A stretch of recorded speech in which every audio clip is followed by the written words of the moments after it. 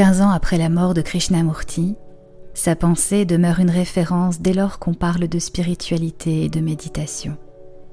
Loin de prétendre à fonder une église ou une secte, ce philosophe inclassable invite chacun de nous à prendre conscience des multiples conditionnements qui l'environnent, idéologies, croyances, modèles sociaux, etc., afin de s'en dégager et de trouver en lui-même la source de sa liberté. Le livre de la méditation et de la vie offre un ample panorama des thèmes les plus souvent abordés dans son enseignement: la souffrance, le désir, l'amour, la mort. Les chapitres de l'ouvrage correspondent aux mois de l'année et comportent chacun 4 thèmes de réflexion. C'est la manière idéale de découvrir la pensée de Krishnamurti. Retrouvez dès aujourd'hui un enregistrement par jour. Les thèmes abordés ce mois-ci sont le temps, la perception, le cerveau et la transformation. Vous pourrez retrouver facilement tous ces enregistrements dans la playlist Krishnamurti du mois d'octobre. Bonne écoute.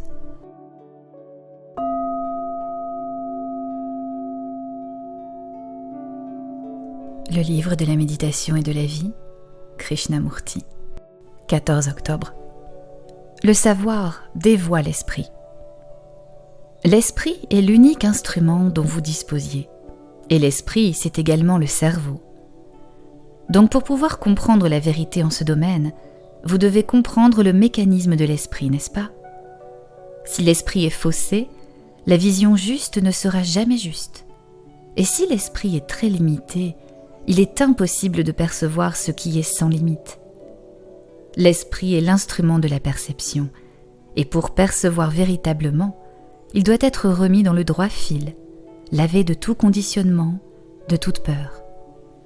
L'esprit doit être aussi libéré du savoir, car le savoir dévoie l'esprit et distord tout.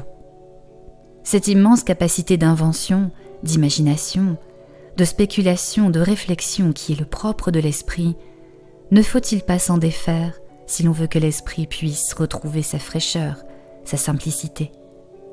Car seul l'esprit innocent, l'esprit qui, tout en ayant une vaste expérience de la vie, est en même temps vierge de tout savoir, de toute expérience, seul un tel esprit peut découvrir cette chose qui est plus que le cerveau et l'esprit.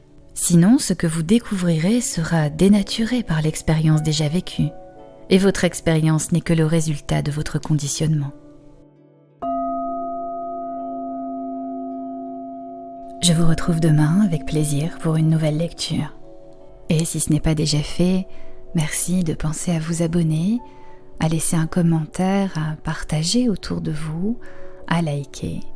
Ainsi vous soutenez la chaîne et l'encouragez. Belle journée, belle soirée, belle nuit. Et à demain.